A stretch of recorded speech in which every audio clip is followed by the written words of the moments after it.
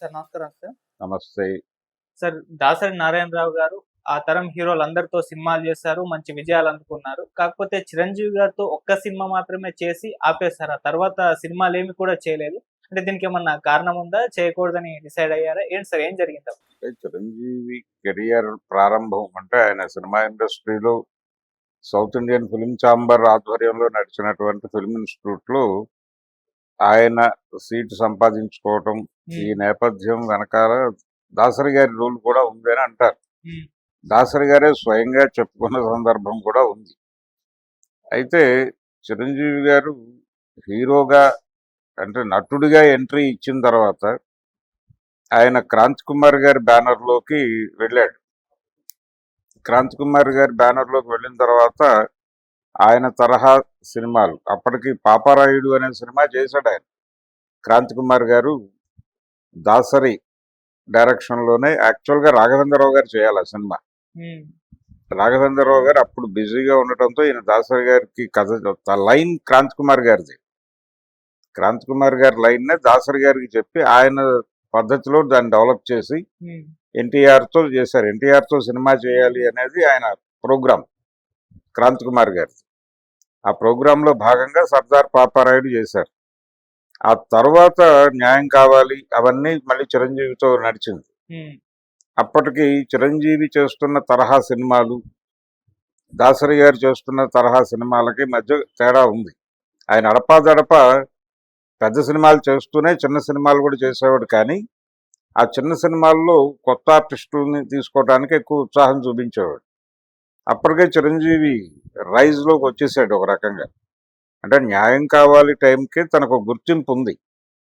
Different characters, పర్టికులర్గా పున్నమి నాగు లాంటి సినిమాలతో ఆయన ఒక ప్రత్యేకమైన గుర్తింపు సాధించుకున్నాడు నటుడిగా. అలా చిరంజీవి కనిపించకుండా ఎదిగిపోతూ ఉన్నటువంటి దశ. తను అనుకుంటున్నటువంటి క్యారెక్టర్లు, చిరంజీవితో వర్కౌట్ చేసే క్యారెక్టర్లు దొరకలేదు ఆయన దాసరికి. అలా అది నడిచింది. సరే తర్వాత వాళ్ళిద్దరు కలిసి చేస్తారు అని అనుకున్నారు. రాఘవేంద్రరావు గారితో కూడా చాలా గ్యాప్ తర్వాతగా చేసింది అడవి దొంగ చిరంజీవి. దానికంటే ముందు ఒక సినిమా చేస్తున్నాడు ఆయన. 2 సినిమాలు చేశాడు అంతకుముందే. అడవి దొంగ కంటే ముందు రాఘవేంద్రరావు గారి డైరెక్షన్లో మోసగాడు అనే సినిమా యాక్ట్ చేశాడు ఆయన. శోభన్ బాబు హీరో. అందులో విలన్ క్యారెక్టర్ చిరంజీవి చేశాడు. క్రాంతి కుమార్ గారి బ్యానర్ అది కూడా. అలాగే ఇంకొక సినిమా తిరుగులేని మనిషి, దేవివర ప్రసాద్ గారి సినిమా. దానిలో రామారావు గారికి బావమరిది క్యారెక్టర్లో చిరంజీవి కనిపిస్తాడు. ఆ 2 సినిమాలకి రాఘవేంద్రరావు గారే డైరెక్టర్. కానీ అవి 2 చిన్న క్యారెక్టర్లే, లీడ్ రోల్స్ కాదు. ఒకటేమో విలన్ క్యారెక్టర్ టోటల్గా. అందుకని సోలో హీరోగా చిరంజీవి ఎదుగుతున్న టైం. ఖైదీ తర్వాత ఆయన అడవి దొంగ సినిమా ప్లాన్ చేశాడు, చలసాని గోపి గారి ప్రొడ్యూసర్గా. అలా రాఘవేంద్రరావుతో చేయడానికి కూడా కొంత గ్యాప్ ఉంది. ఇమ్మీడియట్గా ఆయన అంటే అప్పుడు కోదండరామిరెడ్డి చిరంజీవి ఆ హడావిడి నడుస్తోంది. అలాగే వాళ్ళిద్దరితోనే సినిమాలు చేయడానికి Radhika heroine, Chiranjeevi hero, Kodandarami Reddy director, ఇది ఫిక్స్ అయిపోయి నడుస్తున్నటువంటి దశ. అంటే ఇది సినిమా ఇండస్ట్రీలో చాలా కనిపిస్తుంది అలాంటి ధోరణి. కృష్ణ గారు, కేఎస్ఆర్ దాస్ గారు వాళ్ళ కాంబినేషన్. దాస్ గారిని డైరెక్టర్గా పెట్టి కృష్ణ గారిని హీరోగా పెట్టేస్తే సినిమా మినిమం గ్యారంటీ డబ్బులు వచ్చేస్తాయి అనేటువంటి ఒక పద్ధతి ఉండేది ఆ దశలో. అలాగే చిరంజీవి, కోదండరామిరెడ్డి వీళ్ళిద్దరిని కమిట్ చేయిస్తే సినిమా మినిమం గ్యారంటీ అనేది వీళ్ళ కెరియర్లో కూడా అలాంటి పరిస్థితి వచ్చింది. అందుకని సిమిలారిటీస్ కనిపిస్తాయి కృష్ణ దాస్ గారికి. అలాగే చిరంజీవి, కోదండరామిరెడ్డికి ఆ సిమిలారిటీ ఉంటుంది. చాలా ఎక్కువ సినిమాలు చేశారు ఆయన. దాస్ గారితో ఎక్కువ సినిమాలు చేశాడు. ఈయన కూడా కోదండరామిరెడ్డితోనే ఎక్కువ సినిమాలు చేశాడు. వీళ్ళిద్దరి కెరియర్లోనూ ఇద్దరు డైరెక్టర్ల ప్రభావం చాలా ఎక్కువ. అది నడుస్తున్న టైంలో కూడా దాసరి వైపు చూడలేదు. రెండోది ఇక్కడ చిరంజీవి గారు కెరియర్ మీద ఫోకస్ పెట్టాడు ప్రధానంగా. అంటే ఆ టైంలో ఇండస్ట్రీలో బిగ్ ప్రొడ్యూసర్స్గా ఉన్న వాళ్ళ గుడ్ లుక్స్లో తాను ఉండాలి అని అనుకున్నాడు. అయితే సినిమా పరిశ్రమలో అంతర్గతంగా అప్పటికే కొన్ని శిబిరాలు, కొన్ని భిన్నమైన ఆలోచనలు ఇవన్నీ నడుస్తున్న టైంలో తను ఎమర్జ్ అయ్యి తను అందరివాడు అనిపించుకోవటం కోసం అందరితోనూ వినయంగా ఉంటూ తన అభిప్రాయానికి భిన్నంగా వాళ్ళు వ్యవహరించినప్పటికీ అది పట్టించుకోకుండా ముందుకెళ్లిన చరిత్ర ఉంది చిరంజీవి. ఈ మధ్య అడపాదడపా ఆయన కొన్ని విషయాలు బయటకు లీక్ చేస్తున్నాడు, కానీ తన మనసులో తను పడ్డ వేదనలు అవన్నీ ఆ రోజుల్లో ఆయన ఎక్కడా మాట్లాడేవాడు కాదు. అంతా బాగానే ఉంది, నన్ను బాగానే చూసుకుంటున్నారు, అందరి పట్ల గౌరవభావమే ఉంది అన్నట్టుగా ఉండేవాడు. కానీ దాసరి గారు కొంచెం రెబల్ గానే ఉండేవాడు. అవసరమైతే యుద్ధానికి సిద్ధం అన్నట్టుగానే ఉండేవాడు ఆయన. ఈ యుద్ధానికి సిద్ధం అన్నటువంటి దాసరి గారితో టైఅప్ అయితే అది కెరియర్ మీద ఎలాంటి ప్రభావం వేస్తుందో అనేటువంటి ఒక ఇది కూడా ఉండి ఉండవచ్చు ఇన్నర్గా ఈయనకి. రెండోది, ఈయన ఎవరినైతే అప్రోచ్ అవ్వాలనుకుంటున్నాడో, ఎవరి బ్యానర్లో తను కనిపించాలి అని అలా వెళ్తున్నాడో కెరియర్లో, ఆ ఏరియాల్లో దాసరి కంటే కూడా ఇంకొంతమంది లీడ్ రోల్లో ఉన్నటువంటి డైరెక్టర్లు ఉన్నారు, రాఘవేంద్రరావు గారు కావచ్చు, వీళ్ళందరూ. ఓకే. అందుకని కూడా వీళ్ళిద్దరి కాంబినేషన్ సెట్ అవ్వలేదు. ఈ గ్యాప్ వచ్చేసింది, జనాల్లో విపరీతంగా చర్చ జరుగుతోంది. ఈ చర్చ జరుగుతున్న టైంలో ఒక సినిమా చేస్తే బాగుంటుందని విజయమాధవి ప్రొడక్షన్స్ వాళ్ళు వీళ్ళిద్దరిని కలిపారు. వడ్డే శోభనాద్రి గారు అలాగే వాళ్ళ పిల్లలు వాళ్ళు కలిసి కూర్చుని ఈయన్ని వీళ్ళిద్దరిని, అంటే ఆ బ్యానర్లో కంటిన్యూస్గా దాసరి గారే డైరెక్టర్. అది బొబ్బిలి పులి కావచ్చు, కటకటాల రుద్రయ్య కావచ్చు, ఆ సినిమాలన్నిటికీ ఈయనే డైరెక్టర్. కృష్ణరాజుతో చేసిన రంగూన్ రౌడీ ఆ సినిమాలన్నీ ఆ బ్యానర్లో వచ్చినవే. ఒకే ఒక్క సినిమాకి రాఘవేంద్రరావు గారు డైరెక్ట్ చేశాడు ఆ సినిమా ఆ బ్యానర్లో. సో దాసరి గారిని చిరంజీవిని కలిపే బాధ్యత ఆయన తీసుకున్నాడు. వడ్డే రమేష్ తీసుకుని వీళ్ళిద్దరిని కలిపి లంకేశ్వరుడు అనే కథ డిజైన్ చేశాడు. కానీ లంకేశ్వరుడు సినిమా కథ, ఊహ అదంతా కూడా దాసరి గారి లెవెల్ పద్ధతిలో ఉంటుంది.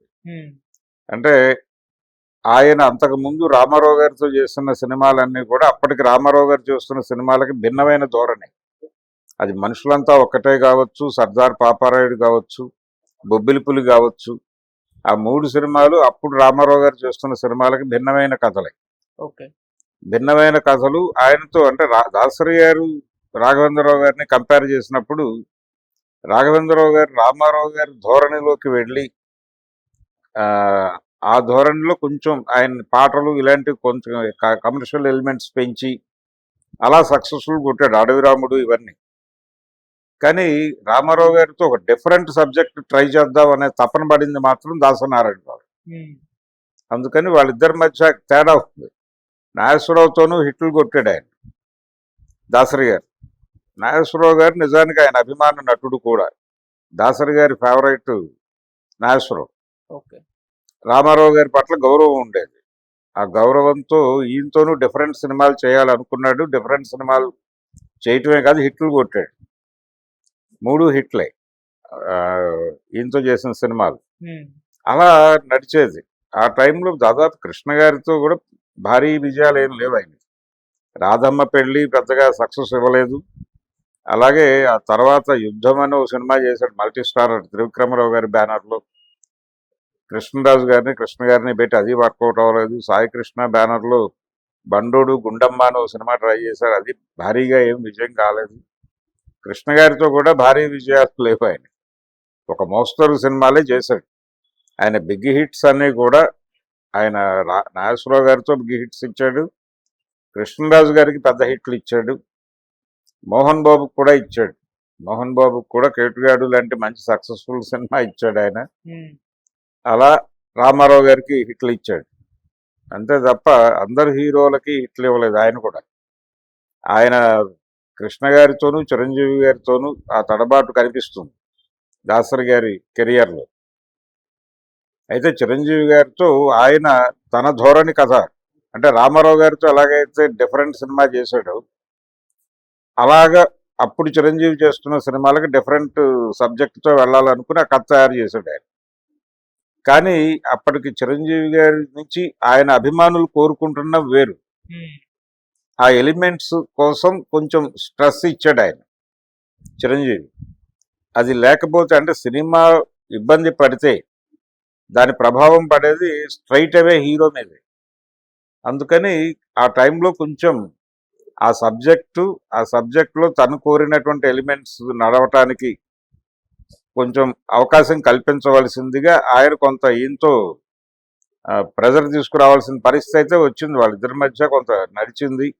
కొన్ని పాటలు ఈయనే చేసుకున్నాడని కూడా అంటారు. అందులో వాస్తవం ఎంత ఉందనేది పక్కన పెట్టేస్తే మొత్తానికి ఆ సినిమా సక్సెస్ఫుల్గా కంప్లీట్ చేశారు. చాలా డిలే అయింది అది. ఆ ప్రాజెక్ట్ కూడా డిలే అయింది. ఫైనల్గా అది ఆయన 100వ సినిమా దాసరి గారికి. అందుకని ప్రెస్టీజియస్గానే చేశాడు ఆయన. కానీ చిరంజీవి గారి నుంచి ఆడియన్స్ కోరుకుంటున్న, అభిమానులు కోరుకుంటున్న ఎలిమెంట్స్ కంటే కూడా దాసరి గారు చిరంజీవిని ఎలా చూడాలనుకున్నాడో అలా ఉంటుంది ఆ సినిమా. అందుకని చిరంజీవి గారి అభిమానులు భారీగా కనెక్ట్ కాకపోవడం వలన ఆశించిన స్థాయి విజయం అయితే రాలేదు ఆ సినిమాకి. అందుకని తన ధోరణి, తన అభిమానులు కోరుకునే ధోరణి, ఆ తరహా సినిమాలు చేసే డైరెక్టర్లకు కొంత పెద్దపీట వేసుకుంటూ వెళ్ళాడు ఆయన. అయితే నటుడిగా తను ఎలివేట్ చేస్తారు అనుకున్న డైరెక్టర్లకి వాళ్ళ తరహా సినిమాల్లో నటించడానికి కూడా చిరంజీవి పెద్దగా ఇబ్బంది పడలేదు. బాలచంద్ర గారితో రుద్రవీణ తనే కోరి చేసుకున్న సినిమా అది. అలాగే విశ్వనాథ్ గారితో ఆయన చేసిన సినిమాలు, అది స్వయం కృషి కావచ్చు, శుభలేఖ ఓకే. శుభలేఖ టైంకి ఆయన స్టార్ హీరో కాదు. స్వయం కృషి నాటికి ఆయన సూపర్ స్టార్ దీనిలోనే ఉన్నాడు. పసివాడి ప్రాణం తర్వాత వచ్చిన సినిమా అది. స్వయం కృషి అలాగే ఆపద్బాంధవుడు, ఆ సినిమాల్లో డిఫరెంట్ చిరంజీవి కనిపిస్తాడు. ఆ తరహా డైరెక్టర్లతో చేయాలనే తపన కూడా ఉండేది. ఆ తపనతో కొన్ని ఫ్లాపులు తిన్నాడు ఆయన. అది ఆపద్బాంధవుడు కావచ్చు. ఆపద్బాంధవుడు సక్సెస్ అవ్వలేదు కదా సినిమా. అలాగే చిరంజీవి అనే టైటిల్తో తమిళ డైరెక్టర్తో సినిమా చేశాడు. అది కూడా ఒక డిఫరెంట్ స్టోరీనే. అంటే విలన్ లాగా కనిపించే, అది హీరో లీడ్ రోలే కానీ దానిలో చాలా ఇబ్బందికరమైన అంశాలు ఉంటాయి ఆ హీరో క్యారెక్టర్లో. అలాగే కిరాతకుడు అనే సినిమాలో హీరో క్యారెక్టర్లో కూడా చాలా ఎలిమెంట్స్ ఉంటాయి. కొంచెం డిఫరెంట్గా నటుడిగా తను ఎలివేట్ చేసుకోవడం కోసం ఇలాంటి సబ్జెక్టులు ఇంట్రెస్ట్ చూపించేవాడు. కానీ టోటల్గా తన ధోరణికి భిన్నంగా వెళ్ళిపోతే ఇబ్బంది ఏమో అని కూడా భయపడేవాడు. అందుకని దాసరి గారి వైపు ఆయన కొంత దూకుడుగా వెళ్ళకపోవడానికి రీజన్ అది. దాసరి గారు అప్పటికి ఆయన కమిట్మెంట్స్, ఆయన రకరకాల డీవియేషన్స్, పొలిటికల్ ఏరియాలో కూడా ఆయనకు ఒక ఫేజ్ ఏర్పడిపోయింది. అలాగే తను పర్టికులర్గా ఒక సెగ్మెంట్కి సంబంధించిన వాడు అనే ముద్ర పట్టడానికి చిరంజీవి ఇష్టపడలేదు. ఆ ముద్ర పడితే బ్రాండ్ చేసేస్తారు. అందుకని అలా కాకుండా అందరితోనూ రిలేషన్స్ ఉండాలంటే ఎటువైపు తను మొగ్గు చూపినట్టుగా ఉండకూడదు అనేటువంటి ఒక ఆలోచన ఉండేది. అందుకని ఆయన కొంచెం వంగవీటి రంగానికి దగ్గరగా ఉండేవాడు దాసరి. ఉండటం మాత్రమే కాకుండా ఆయన చెప్పిన వాళ్ళని ఆయన ఆదరించటము, ఇలాంటి రిలేషన్ ఒకటి నడిచేది. కాంగ్రెస్ పార్టీతో ప్రయాణం చేసేవాడు. ఇక్కడ తెలుగుదేశం పార్టీ పాలన నడిచేది. ఈ నడుస్తున్న టైంలో ఈయన దాసరి వైపు నిలబడితే బ్రాండ్ అయిపోతాడు. అంటే క్యాస్ట్ ఇష్యూ కూడా ఉంటుంది కదా. సినిమా పరిశ్రమని నడిపిస్తున్న కులం ఏమిటి అనేది అందరికీ తెలుసు. ఇప్పటికీ అదే కులం జెండా ఎగురుతోంది అక్కడ. అది వాస్తవం.